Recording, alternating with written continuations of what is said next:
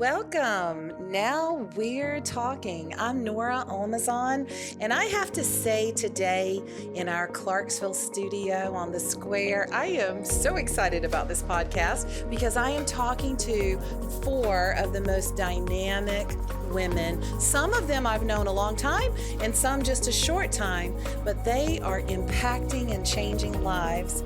They are Francie Keene of Clarkesville School of Dance, Kristy Shea, Emily McCleod, and Rio Thompson. And I guess the biggest question out there is, why dance? Why dance? Why dance? I think for building confidence in all people, whether you're young or old. Don't think I've met anybody, or I can't think of anybody that hasn't said at some point, I wish I'd danced, or I love to dance, or I should have taken dance, and we're all, come take with us. We have a lot of adult classes as well as young. And you've danced all your life. I actually started when I was 3, didn't love it, and did gymnastics, and then came back to dance at the age of 8 and did my first Broadway show with Yul Brynner. And yeah, then I just fell in love with it, and I've worked ever since. So, and she's being very humble, extremely humble, because you guys, Francie has been on Broadway. She is an amazing dancer. She's a choreographer. She's a teacher. She is a realtor. She wears many, many hats. How long has the Clarksville School of Dance been open? We are in our 12th year. And we have about 175 students at this point. We have 5 teachers, all of very gifted people as well. And each one brings something different to the table, which is really very interesting. And everybody works there because they want to, not because they have to. And that makes a difference. Why is that, Kristy? Why do you work there because you want to and not because you have to? Dance has always brought me joy, and Francie has created a space where I can share the joy that I have with students of all, like Francie said, of all ages, and try to give them a place to have joy and grow and, just love it. What's your background? So I grew up dancing mostly ballet and jazz. I did a little bit of high school, like with my dance team, and started branching out into other genres. I got a major in dance, or minor rather, actually, at the University of Georgia. And then after that, took some time off, and taught in the classroom as a school teacher. And then I just needed to come back to it. I've loved dance my whole life, and I love teaching, but I really wanted to teach dance because that's what I love the most. So, and I know Emily McCleod is multi-talented. She sings and dances, and I've known her since she was a little girl. Yes, this is home for me, and I actually am one of the fortunate ones to have come back as a former student of Miss Francie's and her mom when I was itty bitty here as a child. And so for me to come back home with my babies now and to have the opportunity to work in this place where the love has just continued to grow, from what I experienced as a child, has been so full circle and just such a beautiful experience for me as an artist, as a mom, as experiencing the love of a mentor through Francie. It's just been so awesome all the way around. Just so much fun. I think that's the thing that's really special about this group is I've worked in groups of women before. I was a hairdresser before in Birmingham, and we had a great salon environment. There was camaraderie, there was friendship, there was sisterhood, but it's not like what we have at the studio. Whether you've been there for all 12 years or, 8 of those years or 2 of those years, we just got Rio on our team, and I feel like I've known her just as long as I have, Laura or we just love each other so completely and so well, and cover each other's tracks and finish each other's work, with each other. And there's no jealousy. There's no micromanagement from Francie. She gives us when Kristy said she gives us a place that's safe, to dance and to share this art form with kids, that's so true, man. It's just, it's easy. What we get to do with each other is easy because of the relationship that we've built with each other. It really is truly, it's unlike anywhere I've experienced, which I know I'm young. I'm younger.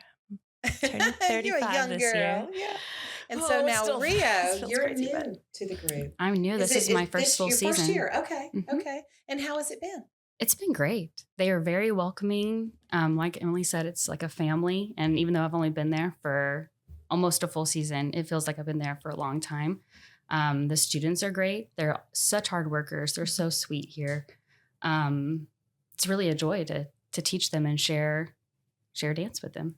And so, Francie, tell me, when should you start your child dancing and how far do you go? Because I know you guys have adult classes, right? Yeah. As far as how far you go is how successful will you become, or how long do you continue? Both. You continue either until one. your body won't let you continue anymore.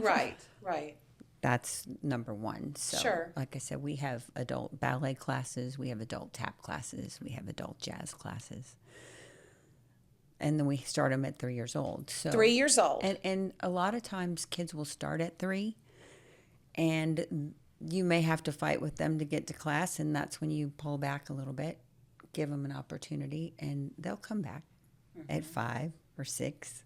Yeah, I think that's one thing that's really cool about our studio is since we are a group of people who are overall really passionate about the theater, and we have an in-house, pro here who has done it out in the world. I think what's been so cool to see is, in a lot of studios, you have these competition-driven teams that they go and they work the circuit, right? Like that's kind of their goal is you go to these competitions, you win silver, diamond, platinum, double, bronze, whatever, and you go home and then you do it again. For us, I think it's more about the magic of teaching. Lifetime. And the growth. For us, I think it's more about giving these kids a space to experience the magic of the theater and the beauty of what happens when you come together as a family and you have a living, breathing thing that you get to put on stage.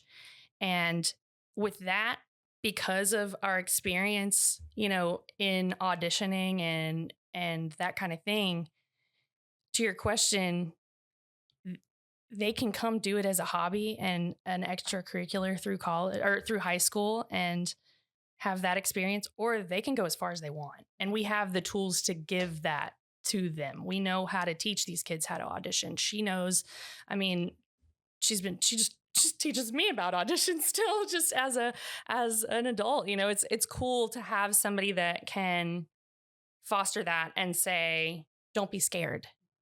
I have to say, one of my favorite numbers in the performances, and you guys do performances 2-3 times a year, right? Yes. My favorite is always the adult class. Now, most people will say it's the little biddies, and I love them. They're precious, but there's something about the adult class that just brings out somebody's inner spirit. It's like they're being young again, or they're living a dream, or they're reliving a dream. And I just enjoy it so much. So tell me, Miss Kristy, you guys have a performance coming up in 2 weeks. And how are y'all preparing for that right now? A lot.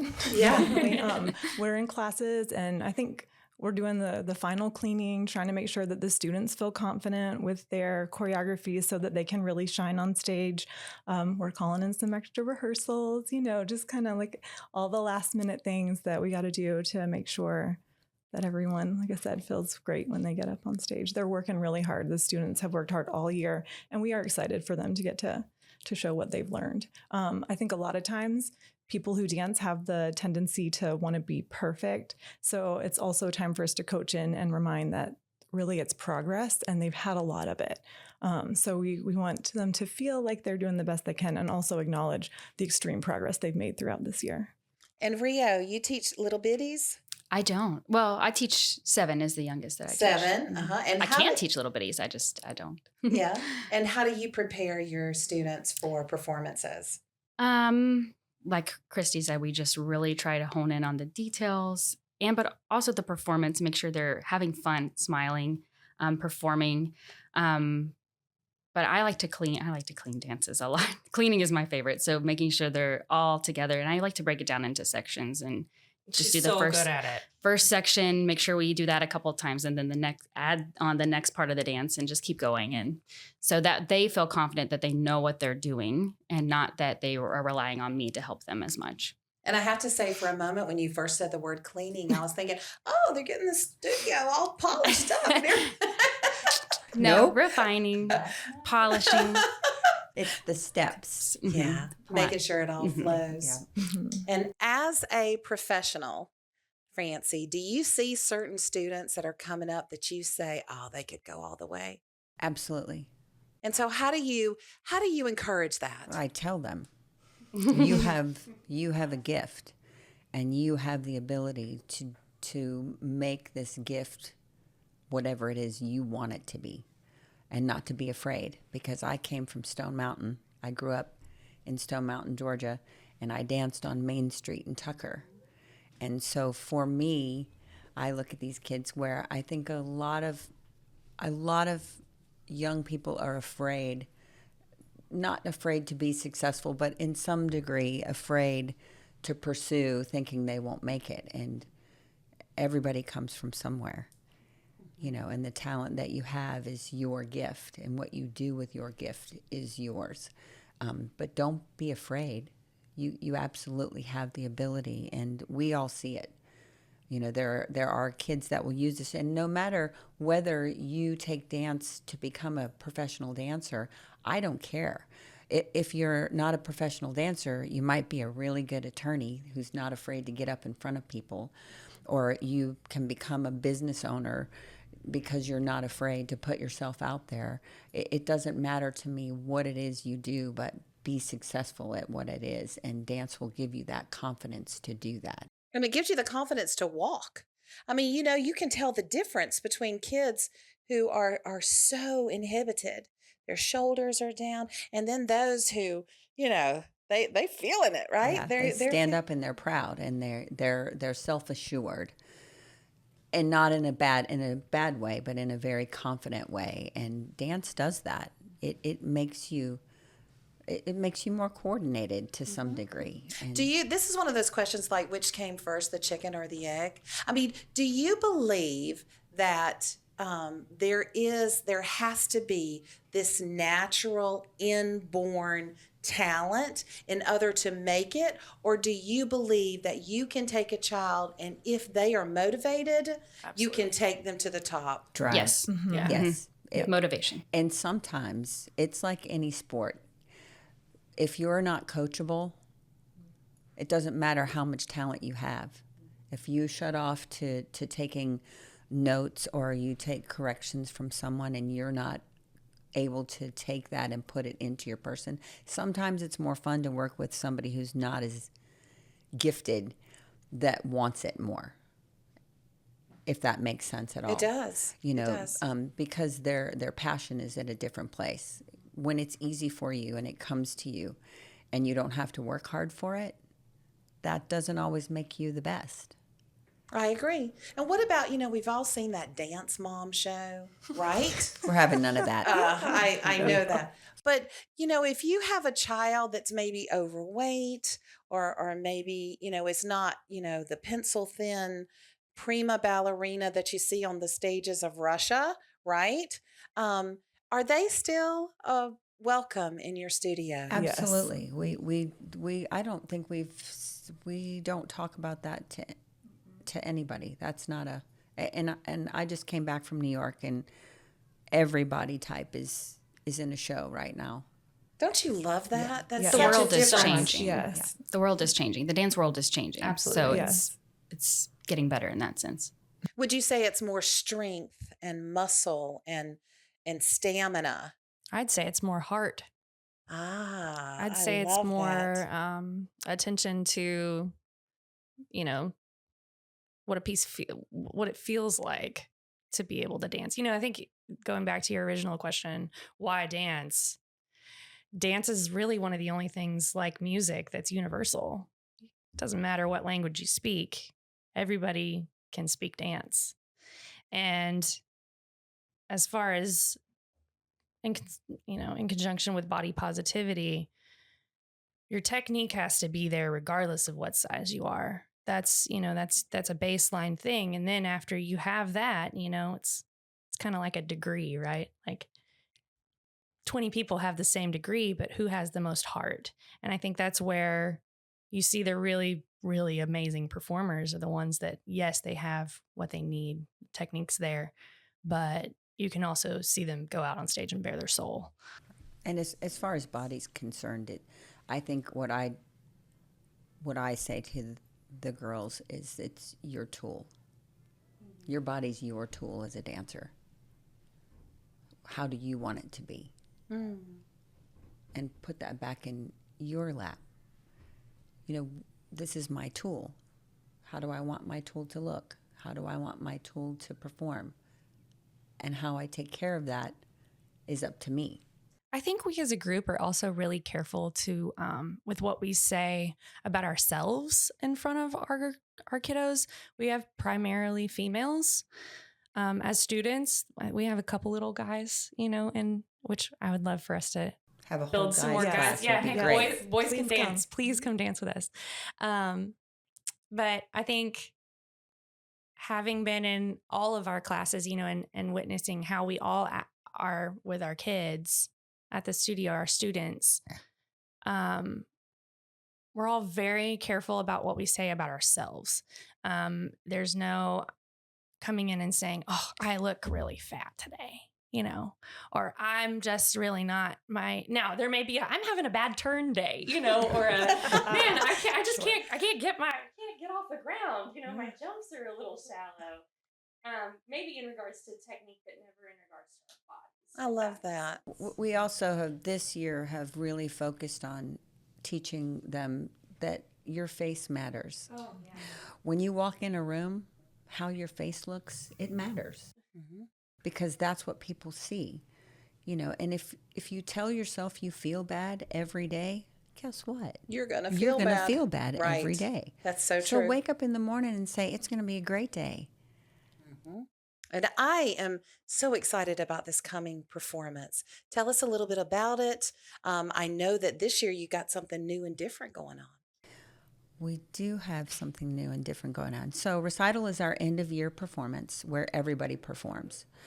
That will be, it's this year the theme is Hooray for Hollywood. So it's all based on movies. We make sure that we have music that touches Grandpa's heart and little sister's heart. And so that's a big thing for me.